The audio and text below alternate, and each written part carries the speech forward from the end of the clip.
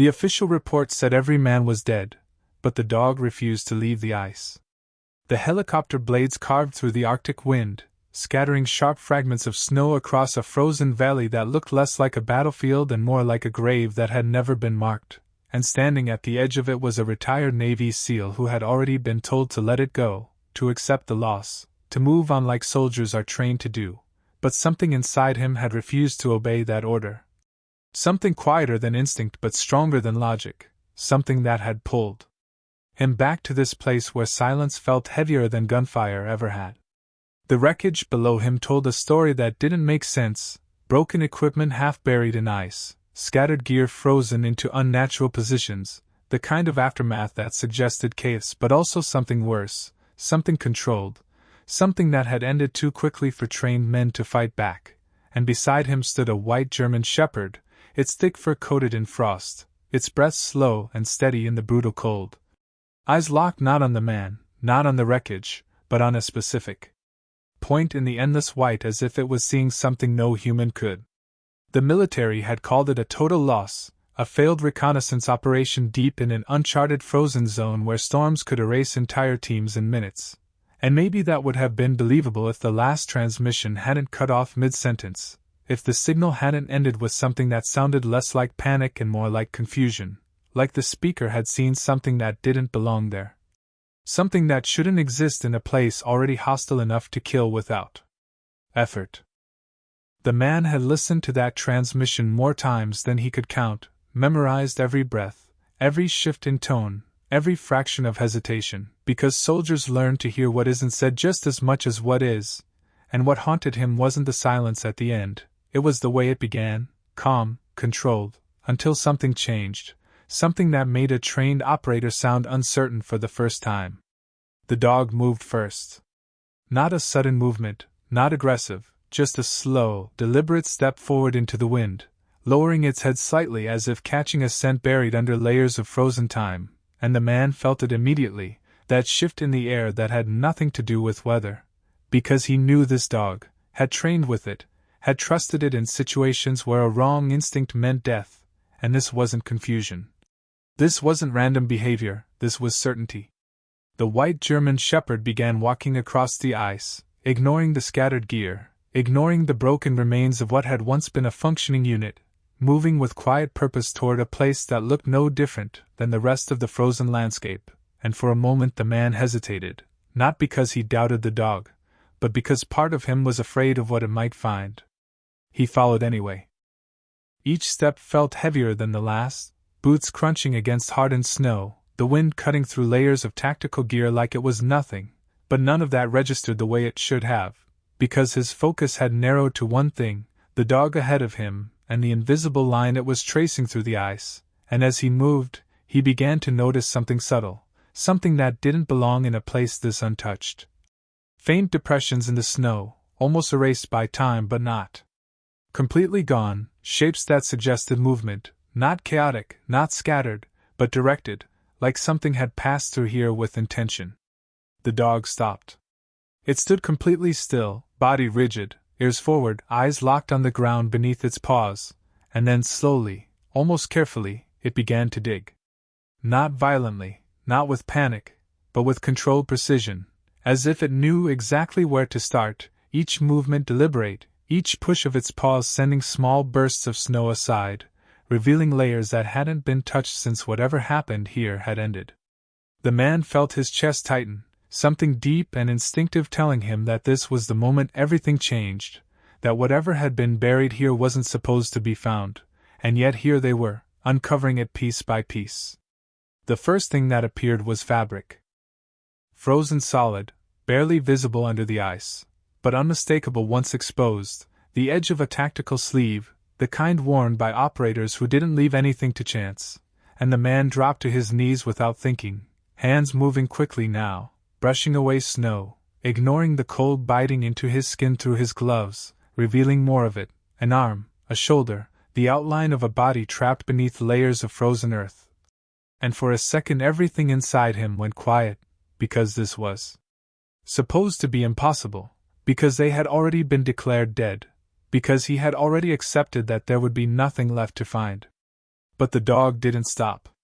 It kept digging, faster now, urgency replacing precision, a low sound building in its throat that wasn't fear, wasn't aggression, but something closer to insistence, like it was trying to tell him something he hadn't understood yet. And that's when the man saw it, something so small it would have been missed by anyone who wasn't looking for it, a movement beneath the ice, barely there, almost nothing, but not nothing. A twitch.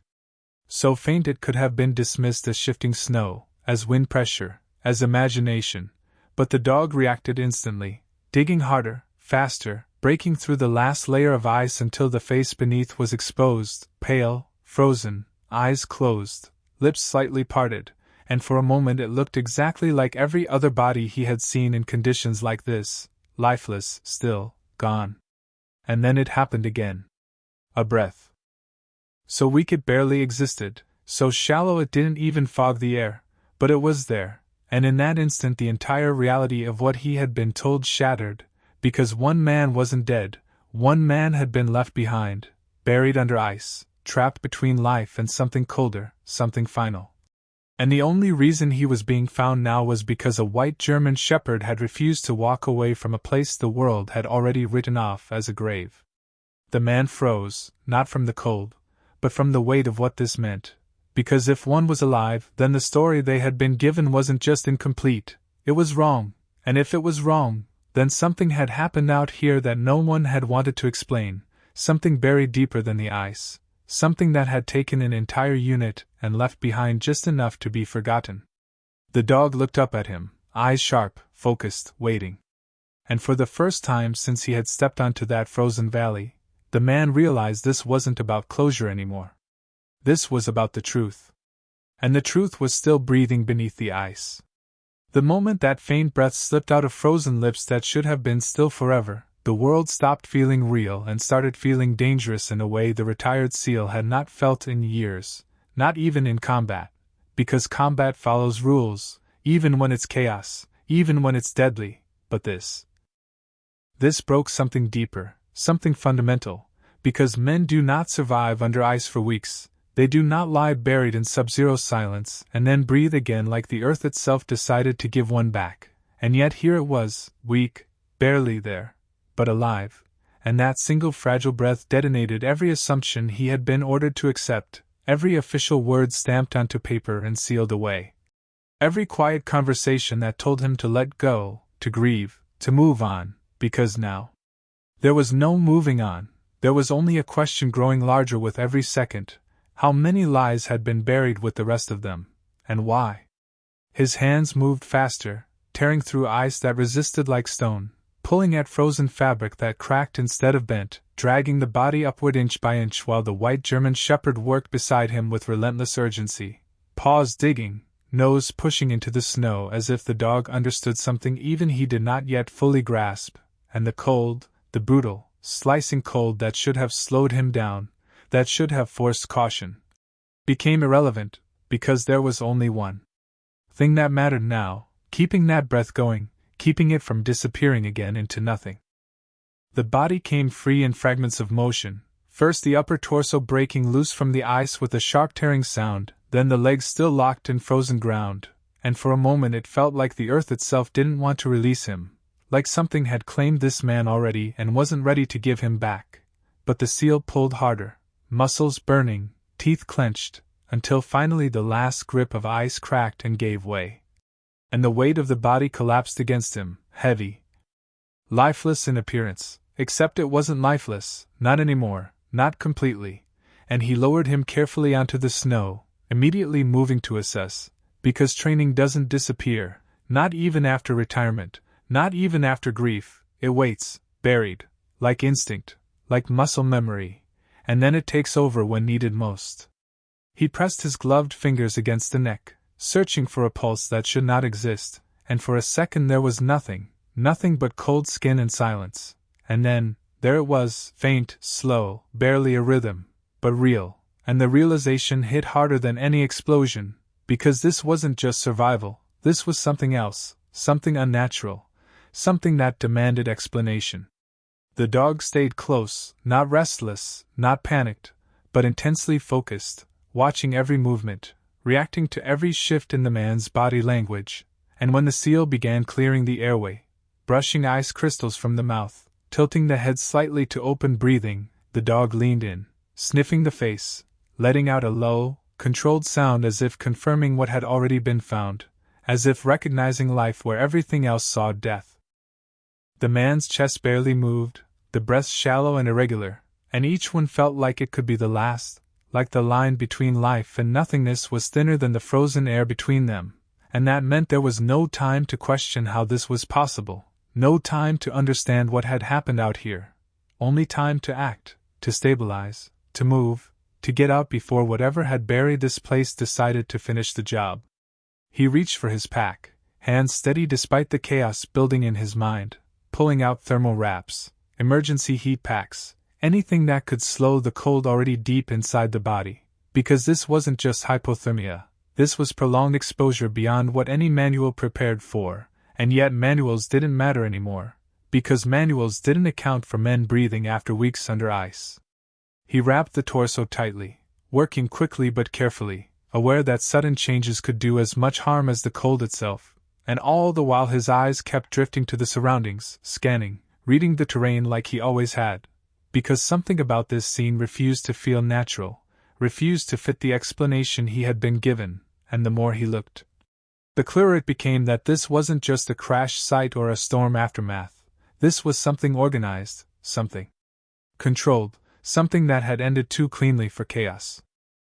The scattered gear wasn't random, it was positioned, small distances apart, as if dropped deliberately, and the faint tracks he had noticed earlier now stood out more clearly, partially erased but still there, leading away from the main site, not in panic, not in retreat, but in formation, and that meant movement, coordinated movement, which meant the team had been active after whatever initial event had occurred, which meant they hadn't died instantly like the report claimed, which meant the timeline he had been given was wrong, and if the timeline was wrong, then everything else connected to it was questionable too. The realization settled in like a second layer of cold, deeper than the environment, colder than the air, because lies in his world weren't accidents, they were decisions, and decisions like that were made for reasons. The dog suddenly lifted its head, ears snapping toward the horizon, body shifting from focused stillness to alert readiness, and the seal felt it immediately, that shift in the environment that had nothing to do with wind or temperature, the subtle change that every operator learns to recognize, the presence of something approaching, something not part of the natural landscape, and he turned his head slowly, eyes scanning through the blowing snow, searching for movement, for shape, for anything that didn't belong. At first there was nothing, just white emptiness stretching in every direction, the kind of emptiness that swallows sound and hides everything, but then, faintly, almost imperceptibly, a shadow moved along the far ridge, too steady to be wind, too controlled to be debris. His body tightened instantly, instincts overriding everything else, because whatever had happened here wasn't finished, and whatever had been buried under the ice wasn't meant to be found, and now that it had been uncovered, it changed the situation completely, because survivors create problems, survivors carry information, survivors turn closed cases into open threats, and if someone had wanted this unit erased, then finding a man still breathing would not be something they allowed to continue. He adjusted his position without thinking, placing himself between the body and the direction of the movement, lowering his profile slightly, minimizing exposure while keeping his line of sight clear, and the dog moved with him, mirroring the shift perfectly, stepping closer, lowering its body just enough to stay ready without drawing attention, its eyes locked onto the same distant point. The shadow disappeared as quickly as it had appeared, swallowed by the storm, but that didn't mean it was gone, it meant it had moved, and movement meant intention, and intention meant they were no longer alone. The seal's mind raced through possibilities, none of them good, none of them simple, because storms don't watch, storms don't reposition, storms don't react to discovery, but people do, and if people were here, then this was no longer just a rescue, this was something else entirely, something that had shifted from survival into confrontation without warning. He looked down at the man on the ground, the weak breaths continuing, fragile but persistent, and made a decision that wasn't even a decision, because there was no other option. He would not leave him, not again, not after this, not after knowing what had been hidden here, and whatever was coming would have to deal with that. The dog let out a low, quiet growl, barely audible over the wind, a warning not just of presence, but of proximity, and the seal understood immediately. They were closer now, whoever they were, closer than the storm allowed him to see, and the ice beneath them suddenly felt less like a grave and more like a battlefield that hadn't finished claiming what it started. He tightened the wraps, secured the body as best he could, preparing to move, but the reality of the situation pressed down hard. Moving through this terrain with an unconscious man in these conditions was already dangerous. Doing it while being watched turned it into something far worse, and yet staying was not an option either, because stillness meant vulnerability, and vulnerability in a place like this did not last long. The wind shifted suddenly, carrying with it a sound so faint it almost didn't exist, a crunch of snow under weight, distant but deliberate, and in that moment the seal knew with absolute certainty that the truth buried under this ice was not the only thing that had been waiting to be found. And whatever had been watching them from the ridge was now closing in. The sound came again, closer this time, not carried by imagination or distorted by the storm but real, deliberate, the unmistakable compression of snow beneath controlled movement, and in that instant every instinct the retired seal had ever built through years of operation snapped fully awake, pushing aside exhaustion, grief, even the shock of what he had just uncovered, because this was no longer about disbelief. This was about survival again, raw and immediate, and the worst part was not knowing who or what was out there, because uncertainty is always more dangerous than a visible threat. He shifted his weight slowly, minimizing noise, lowering his center of gravity while keeping one hand firmly on the partially revived body beside him, unwilling to lose contact, unwilling to risk the fragile life that had somehow endured the impossible, and the white German shepherd mirrored him perfectly, its body low, muscles coiled, breath steady despite the freezing air. Eyes cutting through the storm with a clarity that human vision could never match, locked onto something still hidden beyond sight. The wind howled harder, whipping snow across the open valley in violent sheets that erased distance and blurred outlines, turning everything into shifting white chaos. But chaos can be read by those trained to see patterns within it, and the seal watched closely, searching for disruption, for any movement that didn't belong to the storm itself, and then he saw it again, a faint distortion along the ridge line, not a shape exactly. More like absence, like something blocking the wind for just a fraction of a second before disappearing again, and that was enough, because it confirmed what he already knew: they were not alone, and whoever was out there knew how to move without being seen. His mind worked fast, faster than fear, faster than doubt, breaking the situation down into pieces: terrain, visibility, distance, the condition of the man he had just pulled from the ice, the capabilities of the dog beside him, and most importantly, the unknown factor approaching through the storm, and every calculation led to the same conclusion: staying exposed here was a mistake. But moving blindly into a wideout with a barely breathing survivor was just as dangerous, which meant he needed something else, something the environment could give him, some form of cover, some kind of advantage in a place designed to strip all advantages away. The dog shifted slightly, head turning just a few degrees, and the seal followed the motion instantly, trusting the signal without question, because this animal had already proven its value beyond anything measurable, had found life where logic said none existed, and now it was indicating direction again, not toward the ridge, not toward the threat, but slightly off to the side, toward a section of ice that looked no different than anything else at first glance, flat, undisturbed, empty. But the dog began moving toward it with quiet urgency, glancing back once, just enough to ensure he was following, and without hesitation, he did. Each step felt heavier now, not because of the cold, but because of the weight of what he was carrying, both physically and mentally, dragging the semi-conscious body across the snow while staying low, keeping movement controlled, careful not to leave a clear trail, even though the storm would erase most of it within minutes, habits built under pressure refusing to be ignored even in a place where survival itself felt unnatural. The dog reached the spot and began pawing lightly, not digging like before, but clearing just enough snow to reveal something beneath, something darker, something solid, and as the seal approached, he saw it, a subtle break in the surface, a narrow opening partially hidden under ice, not natural, not random, but constructed. A vent. Small, almost invisible unless you were looking for it, edges reinforced, partially frozen over but still intact, and the realization hit immediately: this wasn't just a battlefield, this wasn't just a crash site or a failed mission, this place had structure beneath it, something built, something maintained, something that explained the unnatural patterns, the controlled movements, the buried survivor. And the presence now closing in through the storm. He dropped to one knee, brushing away more snow, exposing a slightly larger section, enough to confirm it, metal beneath the ice, reinforced, deliberate, part of something far bigger hidden below the surface. The dog let out a low sound, not aggressive, not fearful, but urgent, pressing closer to the opening, nose hovering just above it, breathing in deeply as if confirming the scent that had led it here. And the seal understood, this wasn't just an escape option, this was a clue, maybe the biggest one yet, because if there was something beneath them, then the man he had found hadn't just survived randomly, he had been near something. Inside something, part of something, and that meant whatever had happened to the rest of the unit was connected to this hidden structure.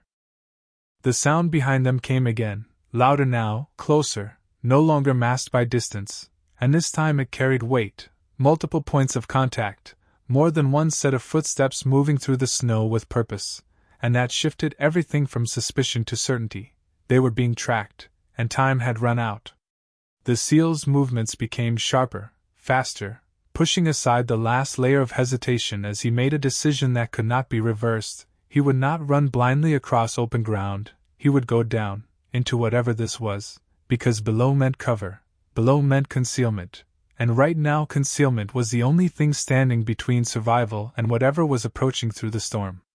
He widened the opening quickly, breaking ice with controlled force, revealing a narrow access point just large enough to fit through with effort, and the air that rose from it was different, still cold, but not as violent, not as exposed, carrying with it a faint mechanical scent, something that didn't belong in untouched wilderness, something that confirmed this place was not abandoned in the way the surface suggested.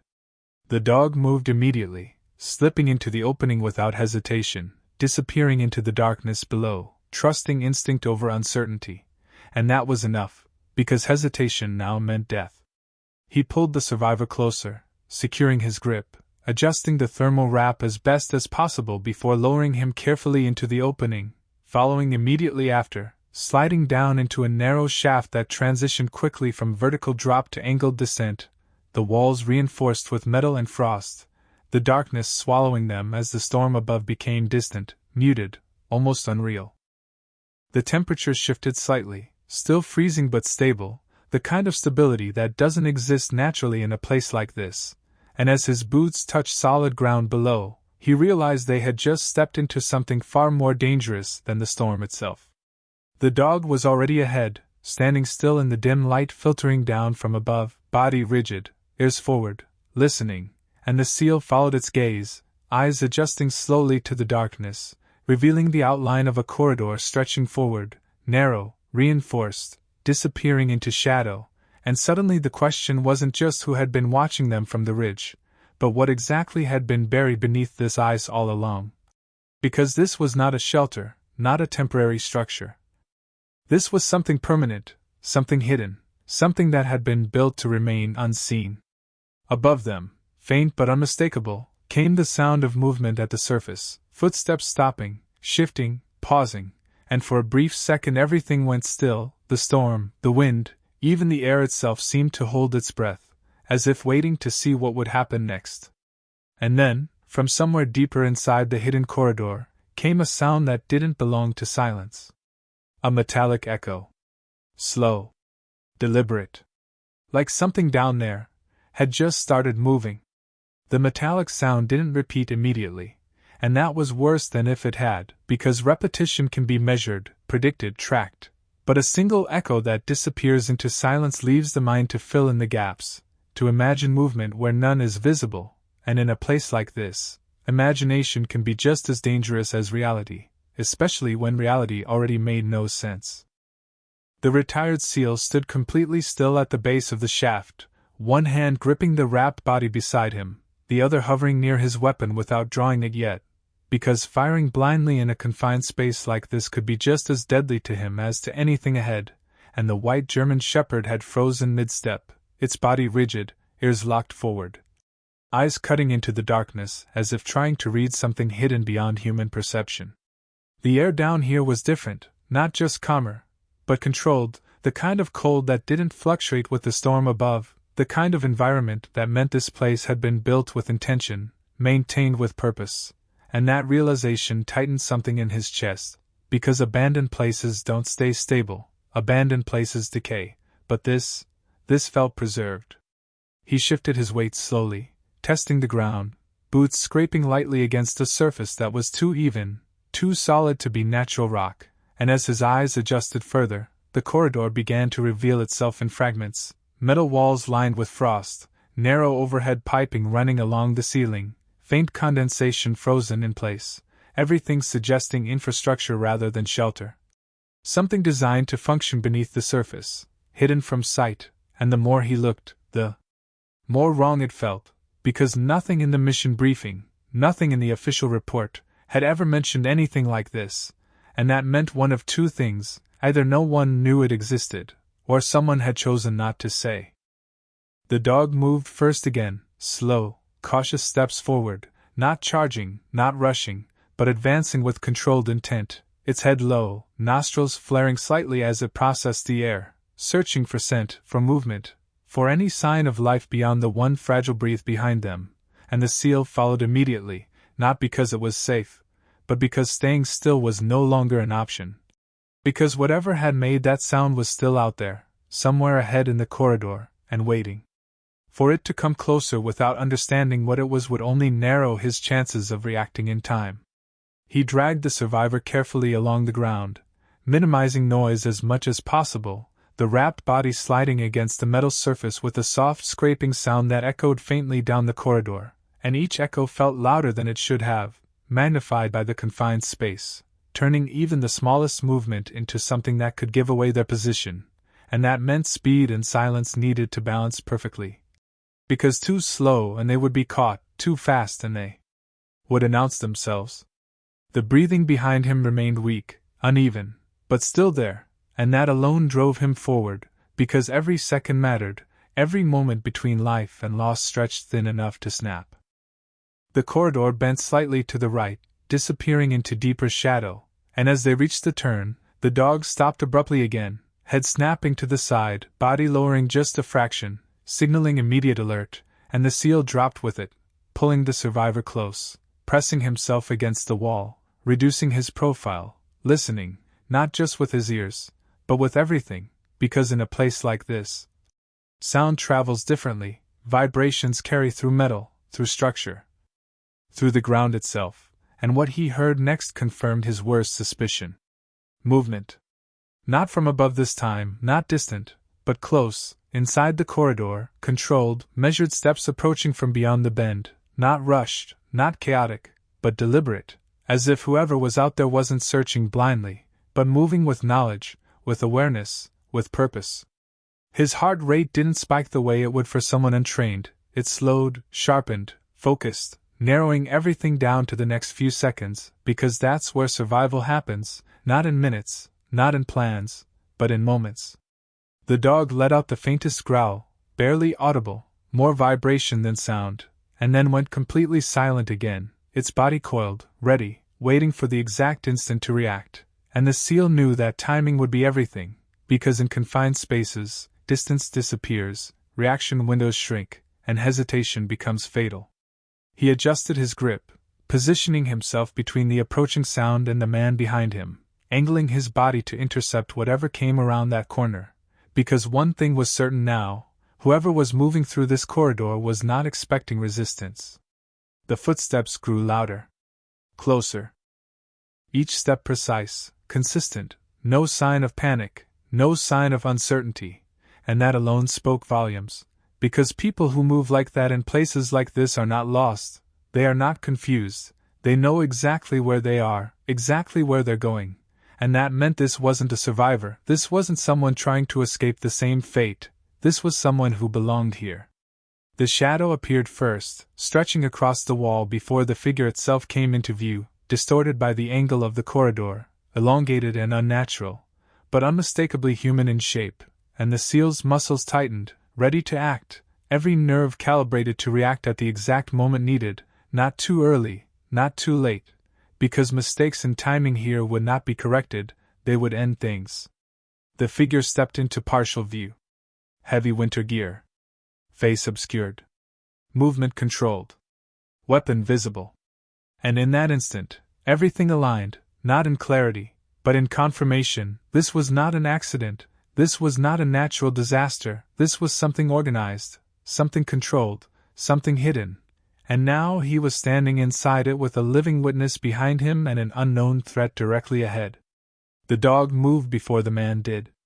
Explosive, precise, silent until impact, launching forward from a low position with trained efficiency, closing the distance in a fraction of a second, targeting center mass, disrupting balance before the figure could react fully, and the seal followed instantly, stepping into the opening created by the dog's movement, closing the gap with controlled force, redirecting the weapon away from them, driving the confrontation into close quarters where distance advantage disappeared. The struggle was brief but violent, confined by the narrow corridor, every movement amplified by limited space, metal walls echoing the impact of bodies colliding, boots scraping, breath sharp in the cold air, and within seconds it was over, the figure down, weapon disarmed, control established. But the aftermath didn't bring relief, it brought something worse. Recognition. Not of the person, but of the gear. Standard issue. Not improvised. Not foreign. Familiar. And that realization hit harder than the fight itself, because it meant this wasn't just an unknown threat, this wasn't just someone hiding in the ice, this was connected to something bigger, something official, something that should not have been here, and yet was, operating beneath the surface, hidden from the very people who had been sent to this place. The dog stood over the fallen figure, alert, ready for further movement, while the seal remained still for a second longer than necessary, processing what this meant. Because the question was no longer just what happened to the unit, the question had become something far more dangerous. Who had sent them here? And who had been waiting beneath the ice when they arrived? Behind him, the weak breathing continued, fragile but persistent, a reminder that this wasn't over, not even close, because one survivor meant one story still untold, and if that story was connected to what lay ahead in this hidden corridor, then whatever truth had been buried here was far deeper than the frozen ground above. And somewhere further down the corridor, beyond the bend, beyond the darkness, beyond what he could see, another sound echoed softly. Not footsteps. Not metal. Something else. A low hum. Steady. Mechanical. Alive. The low mechanical hum didn't belong in a place like this. Not under miles of ice where silence should have ruled everything, and yet it pulsed steadily through the metal corridor like a heartbeat buried beneath frozen ground, subtle but constant, too controlled to be broken machinery and too deliberate to be ignored, and the retired seal felt it immediately, that shift from unknown danger into something far more calculated. Because sound like that meant power, and power meant purpose, and purpose meant someone had built this place to function long after the world above had forgotten it existed. He didn't move right away, not because he was unsure, but because stillness gave him information, allowed him to feel the vibration through the floor, to measure the rhythm, to understand direction, and as the seconds stretched, the realization became clear, whatever was generating that hum was deeper, further inside, and likely central to whatever operation had taken place here, which meant moving forward wasn't just an option. It was the only way to understand what had happened to the unit. That had been erased from the surface. Behind him, the weak breathing of the survivor dragged against the silence like a fragile thread refusing to snap, and that alone anchored him, because every decision now wasn't just tactical, it was personal, tied directly to the fact that one man had been left behind in a place that should not exist, and if one had been left, then the others hadn't just disappeared, they had been taken, moved, or silenced in ways that had never been meant to surface. The white German shepherd shifted slightly, stepping away from the downed figure, eyes still alert but now pulling forward again, drawn toward the direction of that mechanical hum, as if the source itself carried a scent or signal beyond human detection, and the seal trusted it without question, because so far the dog had been right about everything, had found life where there should have been none, had led him to this hidden corridor. And now it was pointing towards something deeper, something waiting. He secured the weapon taken from the fallen figure, checking it quickly, confirming it was operational, then adjusted his grip on the survivor, lifting slightly to reposition the weight for movement, and the strain hit instantly, not just physical, but strategic, because carrying a barely alive man through a confined unknown structure while under potential threat turned every step into a calculated risk. And yet leaving him was not an option, not after what had already been uncovered, not after knowing that survival here wasn't an accident but something far more deliberate. He began moving forward again, slower this time, more controlled, each step placed carefully to minimize sound, boots rolling instead of striking, reducing echo, while the dog moved ahead just enough to scout but never far enough to lose contact, maintaining that invisible line between them that had been built through training, trust, and something deeper than both. The corridor extended further than expected, bending again slightly, then opening into a wider section where the ceiling rose just enough to allow more movement, and as the space expanded, so did the detail, the walls no longer just reinforced metal but lined with panels, some cracked, some intact, faint indicators of use, wiring running along the edges, frozen in place but still structured, still functional in appearance. And the hum grew stronger here, no longer faint but present enough to feel, vibrating through the structure like a controlled pulse.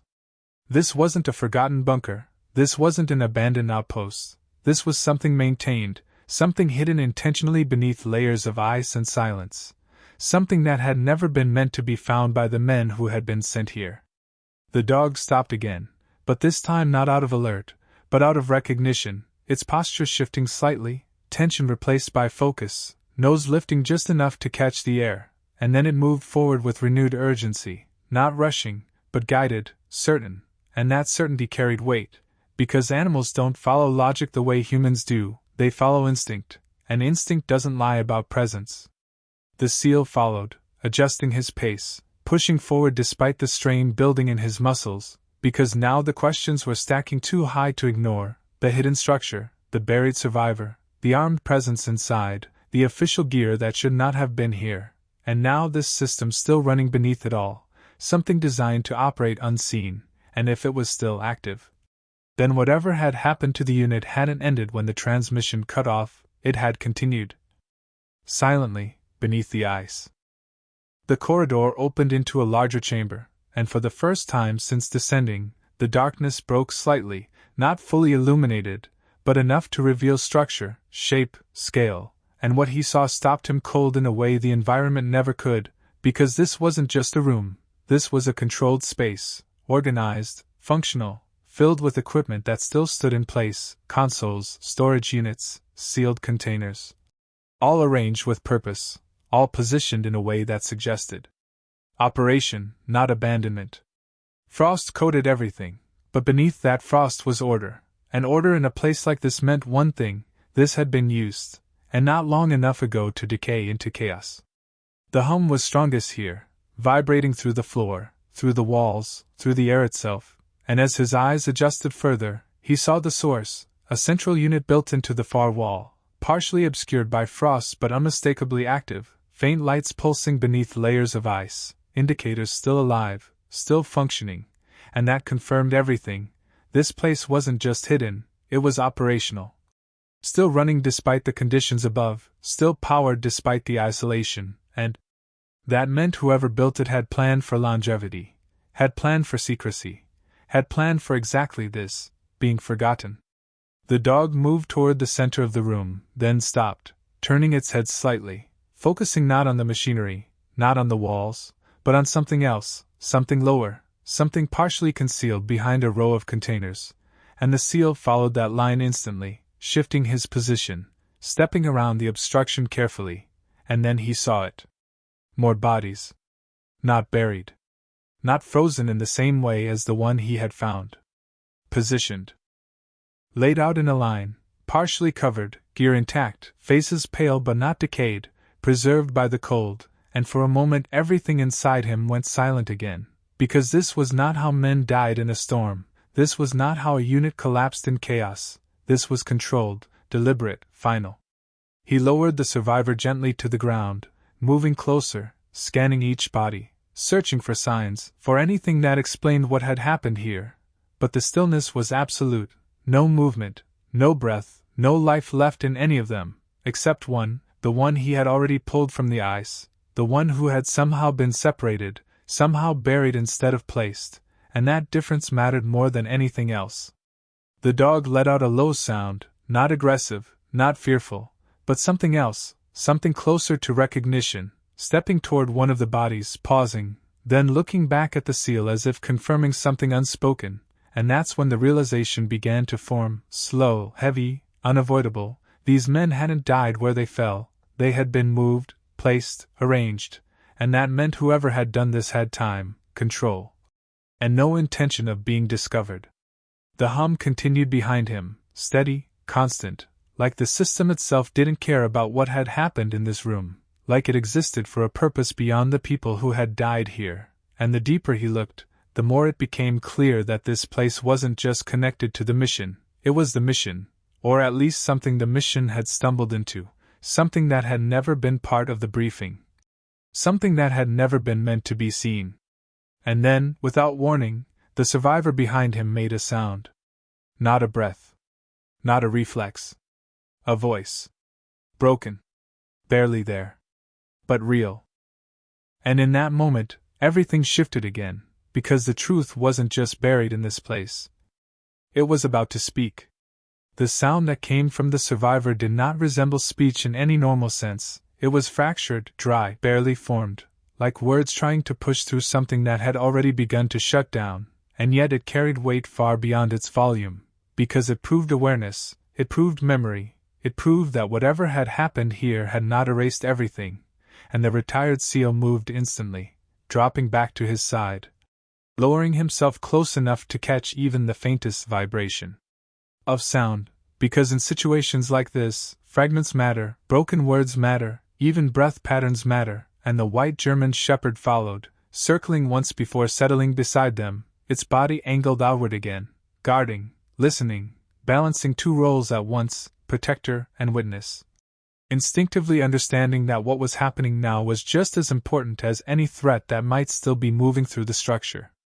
The man's lips moved again, barely, the sound catching in his throat, frozen air resisting even the act of speaking, and the SEAL leaned closer, removing one glove quickly despite the cold, pressing fingers gently against the jawline to support the motion, to give whatever strength remained a chance to form something coherent, because if this man could speak, even for a moment, then answers were within reach. Answers that could explain the bodies laid out behind him, the hidden facility, the presence of armed personnel where none should be, and the reason an entire unit had been declared dead while one had been left breathing beneath the ice. The words came in pieces, disjointed, incomplete, but enough to shape meaning, enough to ignite understanding, and what he heard did not bring clarity, it brought something heavier, something darker, because it confirmed not just survival, but betrayal, the kind that doesn't come from enemies across a battlefield, but from decisions made far away, decisions that turn men into expendable variables rather than soldiers. The breathing hitched again, weak but persistent, and the SEAL adjusted the thermal wrap, applying more pressure, stabilizing the body as best as possible while listening, forcing himself to focus on every syllable, every fragment, because the story was there, buried in broken speech, and missing even one part could change everything. The dog remained still, ears forward, occasionally shifting its gaze toward the corridor they had come from, then back toward the deeper chamber, constantly scanning, constantly recalculating, as if it understood that time was narrowing, that whatever had been moving above them had not simply disappeared, and that whatever existed further inside this structure was still active. The man's voice tried again, stronger this time, not because he had regained strength, but because something inside him was forcing it out, something urgent, something that refused to stay buried, and the seal caught a word, then another, pieces aligning slowly, painfully, forming a picture that was far worse than any official report could have suggested, because this had not been a mission gone wrong, this had been a mission redirected, manipulated, turned into something else entirely after deployment, and the shift had not come from environmental failure, it had come from human decision. The realization settled in with a cold that had nothing to do with the air, because it meant the team had not walked into chaos blindly, they had been guided into it, step by step, unknowingly, until they were standing exactly where someone wanted them to be, above a structure that had never been disclosed, above something that had been hidden deliberately, and when they discovered it, they had not been extracted. They had been contained. The survivors' breathing faltered again, weaker now, each inhale shallower than the last, and the seal felt the urgency spike sharply, because whatever information was coming through could be lost at any second, and he leaned closer, voice low but firm, not asking questions the way civilians would, but guiding, directing, helping the broken speech find structure. Helping the mind behind it hold on to clarity just long enough to finish what it had started. The dog shifted again, this time stepping slightly away, turning its body toward the deeper part of the chamber, not reacting to a sound this time, but to something else, something internal, instinct-driven, and then it began to move, slow at first, then more deliberate, heading past the rows of bodies, past the equipment, toward a darker section beyond the central unit where the hums seemed to originate more strongly. The seal caught the movement instantly, his attention splitting, because now there were two priorities, the man who might not survive much longer, and the direction the dog was heading, a direction that had already proven itself more reliable than anything else in this place, and the conflict between those priorities created a moment of tension that stretched thin, but only for a second, because the decision formed quickly. The dog was not leaving without reason, and whatever it had found or sensed could be directly connected to what the survivor was trying to say, and if that connection existed, then following it could be the only way to understand the full picture before it was too late. He made the call. He adjusted the survivor's position again, securing him as best as possible in the relative shelter of the chamber, placing him against the wall where the temperature remained stable, where the immediate environment would not worsen his condition further, and then he stood, every movement precise, controlled, driven by urgency but restrained by necessity, and followed the dog into the darker section beyond. The lighting dropped almost completely as he moved deeper, the faint glow from the central unit fading behind him, replaced by shadow and the steady pulse of the mechanical hum growing stronger with each step, vibrating through the floor, through his boots, through his body itself, and the deeper he went, the clearer it became that this was not just a storage area, not just an extension of the chamber, but something else entirely. Something more focused, more deliberate. The dog stopped at the entrance of another room, smaller, more enclosed, and when the seal stepped in beside it, what he saw did not feel like a continuation of the structure, it felt like the center of it, the core, the place everything else connected to, because this room was different, cleaner, more controlled, equipment arranged in tight, organized patterns, surfaces less affected by frost. Systems still visibly active beneath layers of ice, and in the center of it all, mounted against the far wall, was a console that still pulsed with life, faint lights flickering behind translucent frost, screens partially obscured but not dead, not silent, still running. The hum originated here. Constant. Precise. Intentional. And as he stepped closer, brushing away a thin layer of frost from one of the panels, the truth began to sharpen, not in full clarity yet, but enough to shift everything again, because what he was looking at was not just infrastructure, not just power generation or environmental control, it was something else, something that recorded, stored, transmitted, something that suggested data, surveillance, monitoring. And that meant this place had not only been hidden, it had been watching. The dog moved slightly to the side, nose lowering toward the base of the console, sniffing, then pausing, then stepping back as if giving space, and the seal followed its line of attention downward, where a small compartment, nearly invisible against the wall, sat partially ajar, and inside it, something metallic caught the faint light, something compact, something deliberate, and when he reached down and pulled it free, The weight alone told him it mattered, because objects like this are never placed randomly, especially not in places designed to remain unseen. Behind him, from the chamber, the survivor's breathing changed again, sharper now, more urgent, as if something in his memory had aligned with what was being uncovered, as if the final pieces were coming together at the exact same moment, and the seal turned slightly, holding the object in his hand, the hum vibrating through the room, the dog watching both directions at once. And for the first time since stepping into this buried structure, the situation began to feel less like a discovery, and more like a countdown. The weight of the object in his hand felt wrong for something so small, not heavy in mass but heavy in implication, the kind of weight that comes from purpose, from design, from the understanding that whatever it contained had been placed here intentionally and not meant to be found. And as the retired seal turned it slightly under the faint glow of the active console, brushing away frost with the back of his hand, the edges revealed themselves in clean, deliberate lines, sealed, reinforced, built to survive conditions that would destroy anything ordinary, and that alone told him enough. This was not backup equipment, not spare parts, this was something critical, something protected, something that had outlasted everything else above it. The mechanical hum around him deepened subtly, not louder, but more present, as if the system itself recognized interaction, as if the structure was not entirely passive, and that thought settled uneasily, because passive systems do not respond, they operate blindly, but this felt aware in a way that could not be easily explained.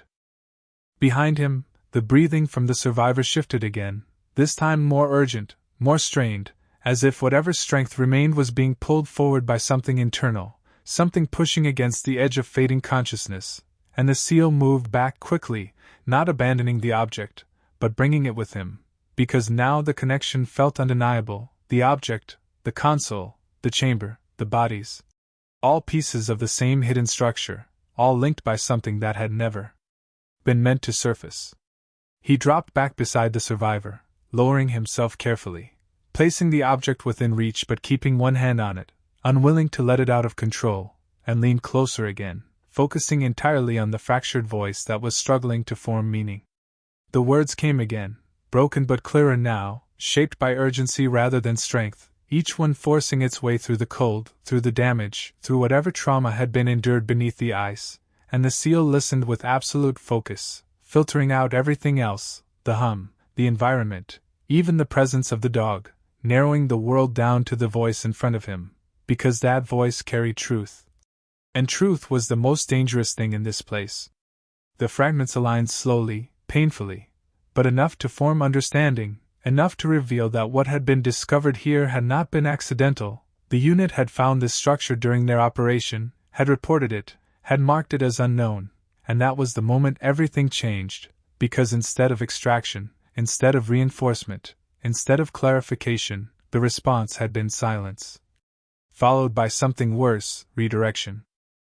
The mission parameters had shifted without explanation, instructions altered, movement patterns adjusted, pushing them closer, deeper, guiding them not away from the unknown but directly into it, and at first it had felt like command decisions, like strategic adjustment, something normal within the chaos of operations. But then the signals began to change, delays where there should have been none, responses that didn't match protocol, confirmations that felt off, and the moment of realization had come too late, because by the time they understood something was wrong, they were already inside the perimeter of whatever this place was, already exposed, already seen. The survivor's breath hitched again, a sharp break in rhythm, and the seal adjusted him quickly, maintaining airway, stabilizing as best as possible, while urging him silently to continue, because the story wasn't finished, and stopping now would leave too many gaps, too many unknowns that could turn this entire situation into something far worse. The dog remained close, but its posture had shifted again, no longer focused solely on protection, but alert in multiple directions, ears flicking, head turning slightly as if tracking movement not just behind them, but deeper within the structure, reacting to vibrations the seal could not yet fully detect.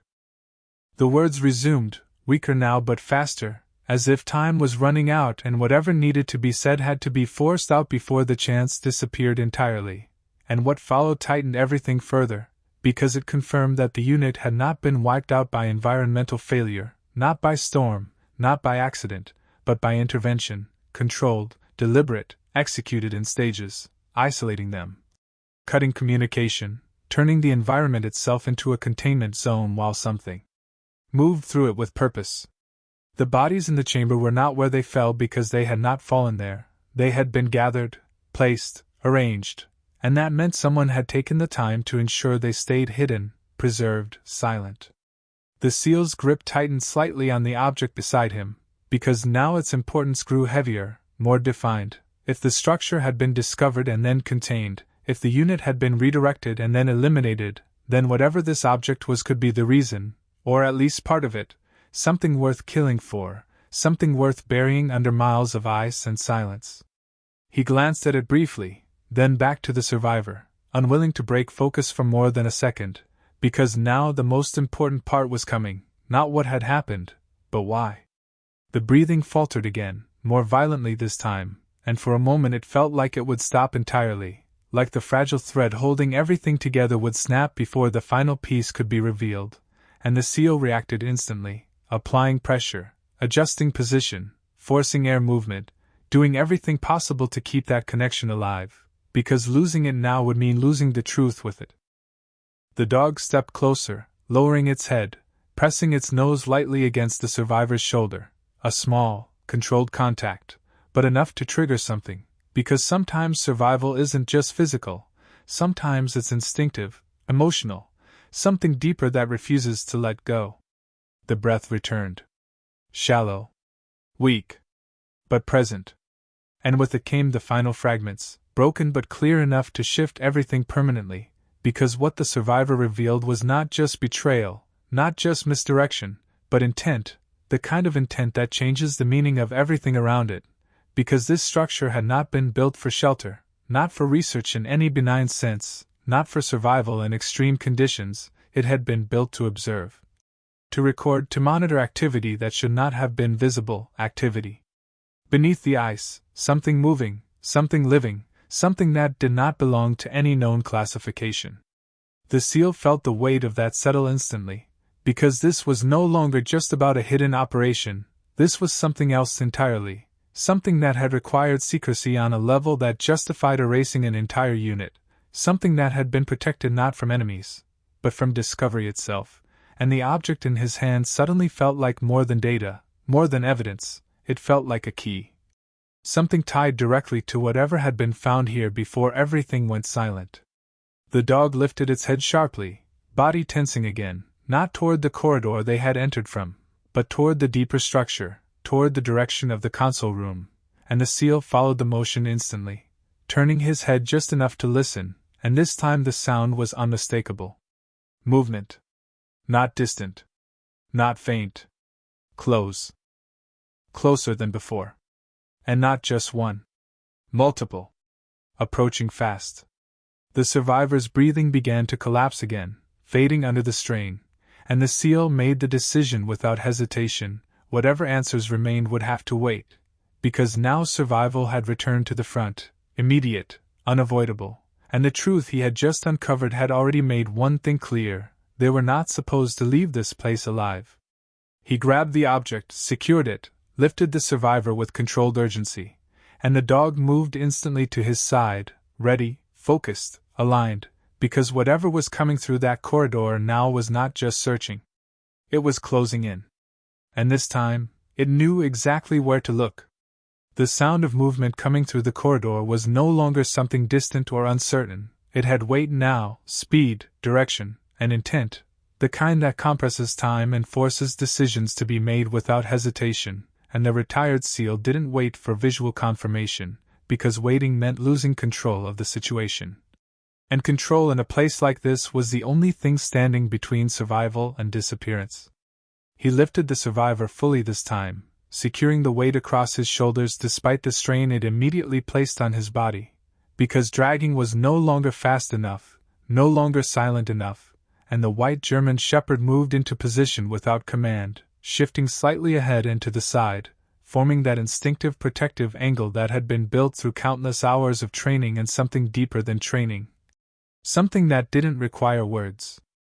The mechanical hum in the structure pulsed steadily beneath everything, but now it felt different, not just background noise but a constant reminder that this place was still alive, still functioning, still watching in ways that could not yet be fully understood, and the deeper truth that had just been uncovered pressed heavily against every movement he made, because if this place had been built to observe something beneath the ice, something that required elimination of anyone who discovered it, then the danger wasn't just coming from the corridor behind him, it existed all around them. He moved quickly out of the chamber, back toward the narrower section of the corridor, because confined spaces reduce angles, reduce exposure, and in situations like this, fewer angles meant fewer ways to be flanked, fewer variables to track, and as he passed the row of bodies again, the stillness of them felt different now, no longer just loss, but evidence. Silent witnesses to something that had been controlled down to its final detail, and that thought hardened his focus further, because whatever had been done here was not accidental, and whatever was coming now was not reacting blindly, it was executing. The dog stopped briefly at the bend, lowering its body, ears forward, reading the approaching threat with precision, and the seal mirrored the movement, positioning himself just beyond the turn, placing the survivor against the wall for a moment, not abandoning, but anchoring him, securing him in a way that would allow quick retrieval, because what came next would happen fast, and if he didn't control the engagement, the corridor itself would become a trap. The footsteps grew louder, distinct now, multiple individuals moving in formation, not rushed, not scattered, but controlled, the same pattern he had recognized before, and that confirmed everything. These were not random responders, these were trained, coordinated, and aware of the environment, aware of the structure, and likely aware now that something had been found. The first shadow stretched along the wall again, followed by the second, then a third, shapes overlapping, moving in sync, and the seal's breathing slowed further, narrowing his focus down to a single moment, because in confined spaces like this, the first move defines the outcome, hesitation creates openings, and openings get exploited. The dog tensed beside him, muscles coiled, ready to launch, but held position, waiting for the exact timing, and that synchronization, that shared understanding without words, was the only advantage they had in a place designed to remove all others. The figures rounded the bend. Closer than before. Weapons ready. Movement precise. And the engagement exploded into motion. The dog moved first again, not out of instinct alone, but out of training refined to perfection, launching low and fast, targeting the lead figure before reaction could fully register, disrupting formation instantly, forcing the others to adjust, and that disruption was all the seal needed, stepping into the gap, redirecting the second threat, closing distance before ranged advantage could be used. Driving the confrontation into controlled chaos where precision replaced firepower. The corridor amplified everything, sound, movement, impact, turning seconds into something stretched and compressed at the same time, and within that narrow window, he moved with the efficiency that had been built through years of experience, each action purposeful, each movement calculated, eliminating threats not through force alone but through control.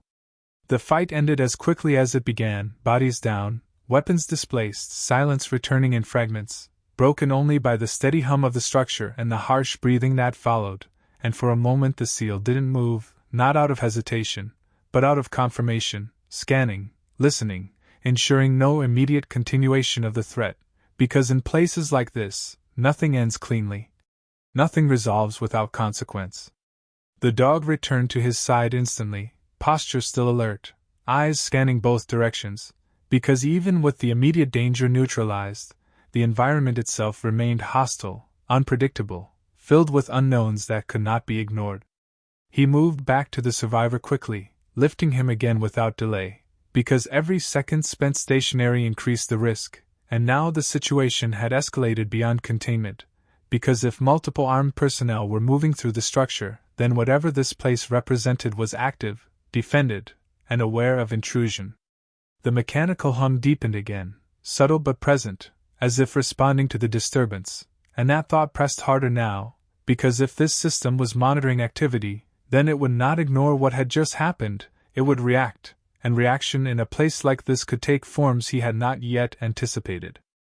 The dog shifted direction again, not back toward the entry point, not toward the surface, but deeper, further into the structure, and for a brief moment the seal hesitated, because deeper meant unknown, deeper meant moving further away from any possible exit, but then the logic aligned quickly, because returning the way they came would lead directly into whatever forces had already begun moving through the outer corridor. And that path was no longer viable, which meant forward was the only option, even if forward led further into the heart of whatever this place was. He followed. The corridor extended again, branching slightly this time, smaller passageways splitting off into darkness, but the dog did not hesitate, choosing one direction with certainty, moving faster now, urgency replacing the earlier caution, and that shift alone indicated something critical, something ahead, something that mattered enough to override the need for stealth. The seal adjusted his pace, pushing through the strain, because now speed mattered more than silence, because whatever was ahead might be their only chance to either escape or understand fully what they were dealing with.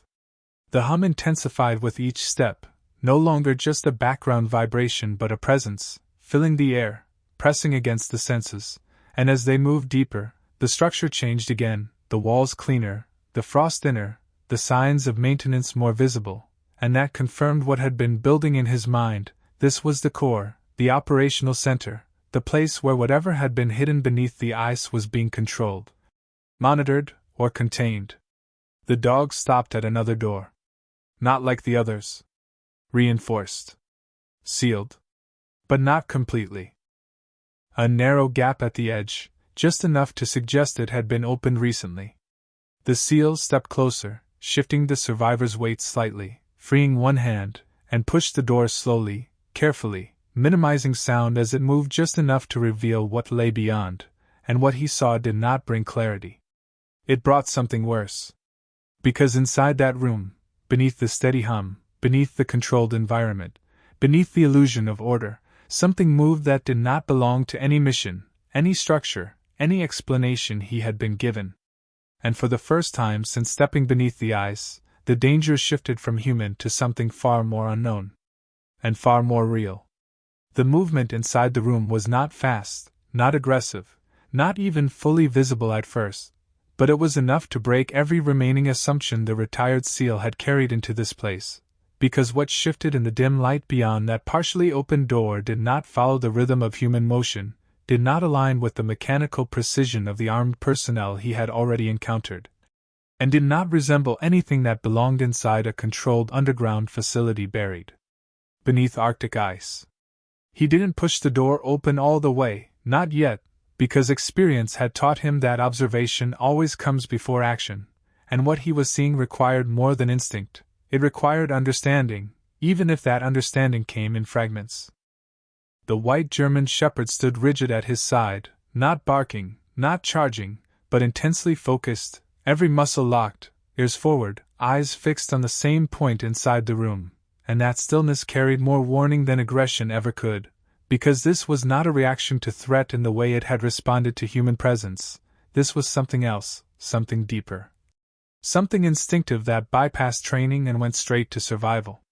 The hum inside this room was stronger, heavier, not just vibration now but layered with something irregular, a subtle fluctuation that suggested interaction, like systems responding to input, reacting to something ongoing, and the air itself felt different, denser, controlled to a level that no longer matched the rest of the structure, and as the seal adjusted his position slightly, widening the gap in the door just enough to gain a clearer angle without exposing himself fully, the scene inside began to sharpen. The room was larger than expected, wider than the corridors, lined with equipment that was far more advanced than anything he had seen in the outer chamber, panels arranged in circular patterns, structural supports built around a central containment area, and at the heart of it, something moved again, partially obscured by frost and shadow, but unmistakably present. He felt the shift internally, not fear in the traditional sense, but the recalibration that happens when reality expands beyond known parameters, when the brain is forced to accept that the situation is no longer contained within expected boundaries, and that recalibration sharpened everything, slowed perception, increased detail, because now every movement mattered more than ever. The survivor behind him made another sound, weaker now, fading under the strain, and the seal tightened his grip slightly, grounding himself in that fragile presence, because as long as that breath existed, this mission, whatever it had become, still had purpose. The dog took a half step forward, then stopped again, not crossing the threshold, but leaning just enough to confirm what it was sensing, and the seal followed its line of attention deeper into the room, focusing on the central containment area, where the movement had originated, and this time it became clearer, not fully defined, but enough to break the last barrier between assumption and reality.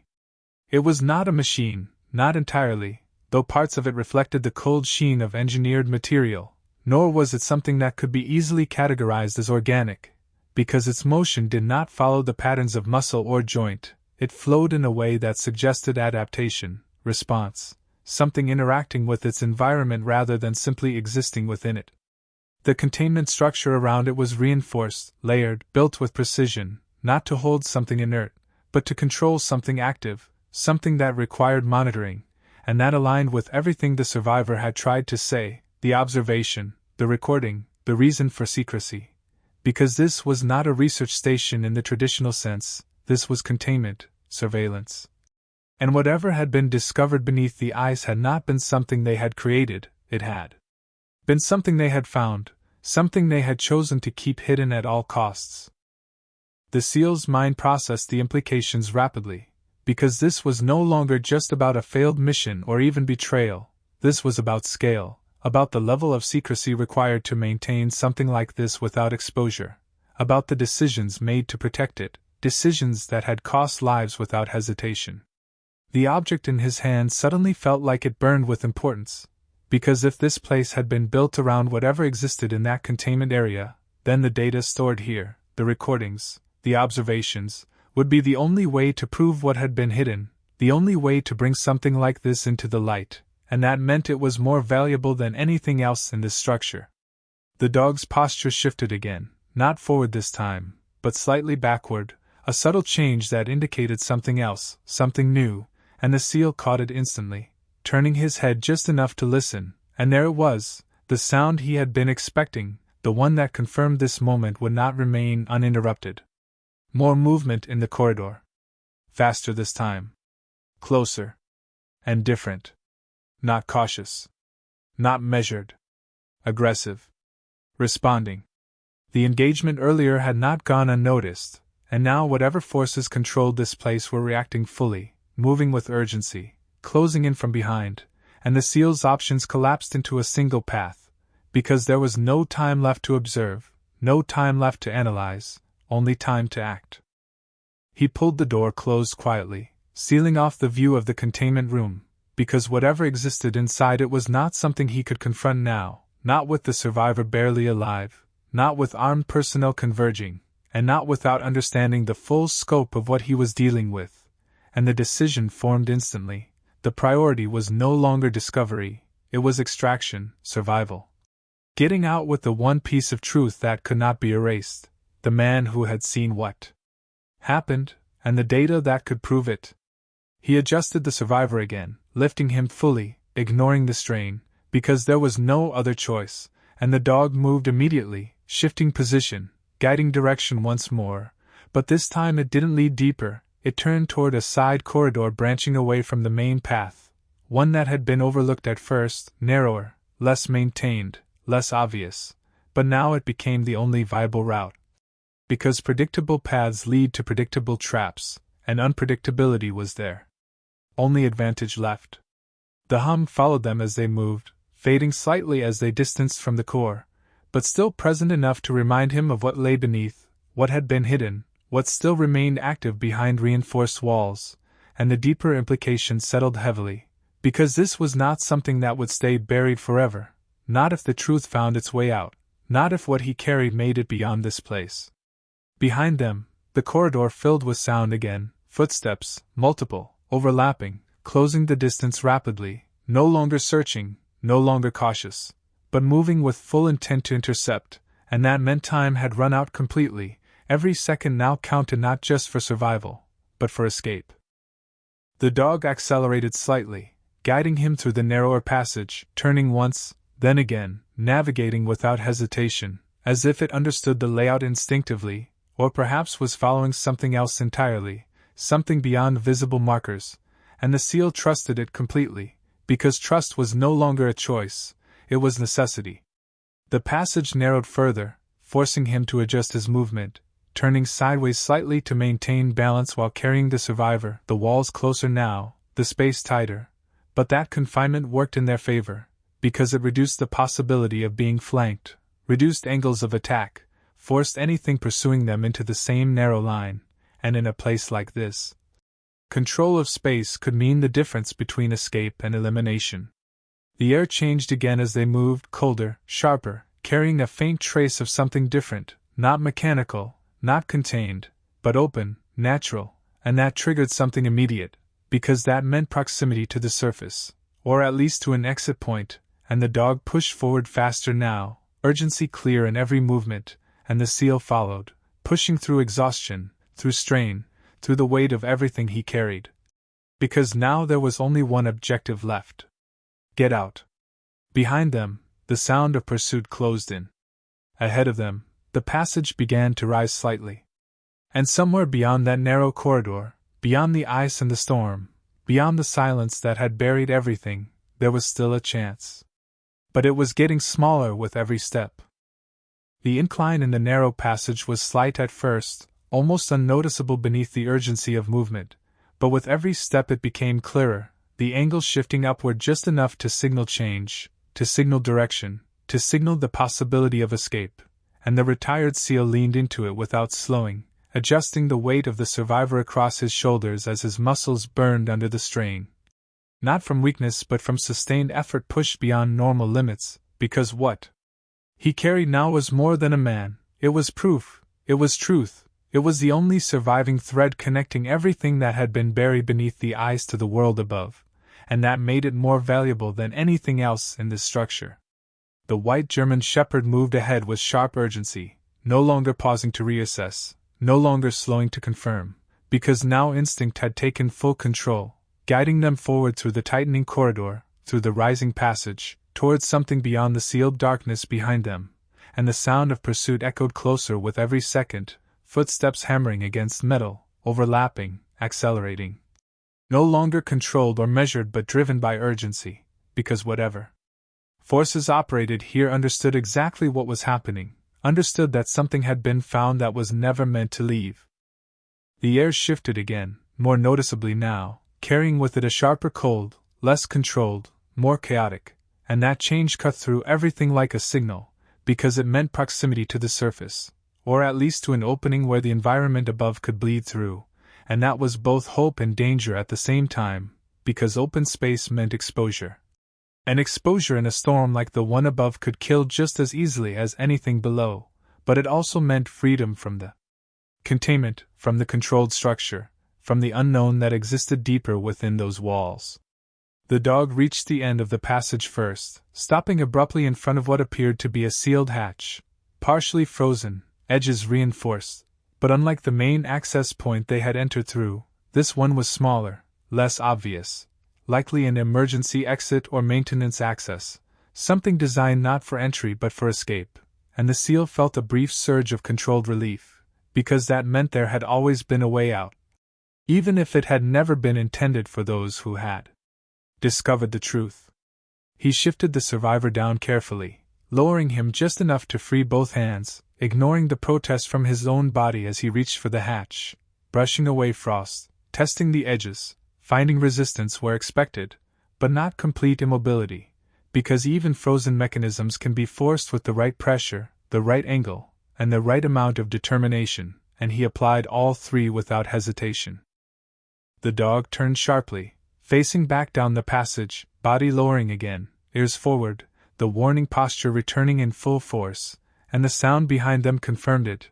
The pursuit was almost upon them now, no longer distant, no longer separated by turns and distance, but close enough that the echo of each step carried intent, carried threat, carried the final attempt to stop what was happening. The hatch resisted once, then shifted slightly, a crack forming along the seal, a thin line of white light forcing its way through the gap, and that light felt unreal after everything below, not warm, not comforting, but open, uncontrolled, natural, and the seal pushed harder, muscles straining, forcing the mechanism beyond its frozen resistance until finally it gave, the hatch opening just enough to create an exit. Just enough to allow passage, and the cold from above rushed in immediately. Violent, unforgiving, but real. He didn't hesitate. He lifted the survivor again, pushing upward through the opening, forcing his way out into the storm above, the wind hitting instantly, harder than before, colder than anything below, but alive, raw, uncontained, and the dog followed without pause, emerging beside him, immediately scanning the surroundings, recalibrating to the open environment, shifting from confined tactics to wide-area awareness in a single motion. The landscape above was just as brutal as before, the storm still raging, visibility still limited, but now it felt different, because now he understood what lay beneath it.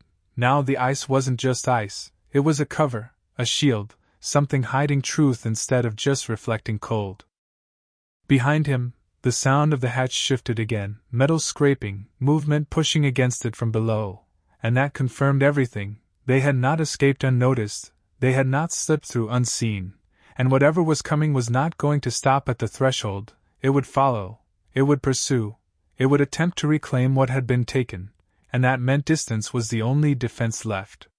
He moved immediately, pushing through the snow, adjusting his direction based on terrain, wind, and instinct, because now navigation mattered as much as speed, and the dog moved ahead, guiding again, cutting through the storm with certainty, leading toward higher ground, toward a ridge that offered both exposure and advantage, because elevation meant visibility, even in limited conditions, and visibility meant control. Even if only for a moment. The survivor's breathing faltered again against his shoulder, weaker now, fragile, fading under the strain of movement, exposure, and everything endured before this moment, and the seal felt the urgency spike once more, sharper than anything else, because reaching the surface meant nothing if that breath didn't survive the journey, and he adjusted his hold, tightening the wrap, protecting as much as possible against the wind, against the cold, against the elements that didn't care about truth, or survival, or anything beyond their own force. The ridge came into view slowly through the storm, a dark line breaking the endless white, and the dog accelerated slightly, pushing toward it, because instinct recognized advantage before logic confirmed it, and as they climbed, the wind intensified, pushing against them, resisting every step, but also clearing just enough space between gusts to reveal distance, to reveal the path ahead, and behind them, movement broke through the white. Figures. Multiple. Emerging from the hatch. Spreading out. Advancing. The pursuit had reached the surface. And now the final phase had begun. The seal didn't look back for long, just enough to confirm what he already knew, because looking too long slows movement, and slowing movement here meant losing everything, and he pushed forward harder, climbing, forcing his way up the ridge with everything he had left, because the only thing that mattered now was distance, getting far enough, fast enough, to create separation, to break line of sight, to reach a point where the storm could work in his favor instead of against him. The dog reached the top first, turning sharply, scanning, then shifting position to cover the ascent, watching the approach behind while the seal closed the final distance, pulling himself up over the ridge, collapsing forward just enough to stabilize, then immediately repositioning, turning to assess, because now the terrain offered something it hadn't before. Space. Distance. Opportunity. The storm moved differently up here, wind patterns shifting across the ridge, creating brief windows of visibility, enough to track movement below, enough to see the advancing figures struggling through the incline, slower now, less controlled, forced into the same conditions they had tried to control beneath the ice, and that imbalance created a narrow advantage, one that had to be used carefully. Because advantage in this environment is temporary, fleeting, easily lost. He lowered the survivor carefully behind a natural break in the ridge, creating what little shelter he could, shielding him from direct wind, checking breathing again, still there, still fighting, and that was enough to keep moving, enough to keep pushing forward, because survival wasn't about comfort, it was about continuation, one breath at a time, one step at a time, one decision at a time. The dog remained at the edge of the ridge, watching, tracking, adjusting positions slightly with each movement below, providing information without needing to speak, and the seal used that information, calculating paths, angles, escape routes, because the truth he carried could not end here, not after everything uncovered, not after everything lost, not after the cost already paid. The storm surged again, stronger this time, visibility collapsing once more, swallowing the figures below, breaking line of sight completely, and in that moment, the opportunity appeared, not as certainty, but as chance, the kind of chance that only exists in environments like this, where chaos can be used just as effectively as control. He made the decision instantly. He lifted the survivor again, followed the dog, and moved. Not away blindly, not without direction, but with purpose, cutting across the ridge at an angle that used the storm instead of fighting it, disappearing into the white, leaving behind the hatch, the structure, the hidden truth beneath the ice, but not abandoning it, carrying it instead, in memory, in evidence, in the fragile life that still breathed against impossible odds. Behind them, the pursuit continued. But the distance grew. Slowly. Dangerously. Uncertainly. And as the storm closed in fully, swallowing everything into silence once again, one truth remained stronger than all the rest. What had been buried beneath the ice was no longer hidden.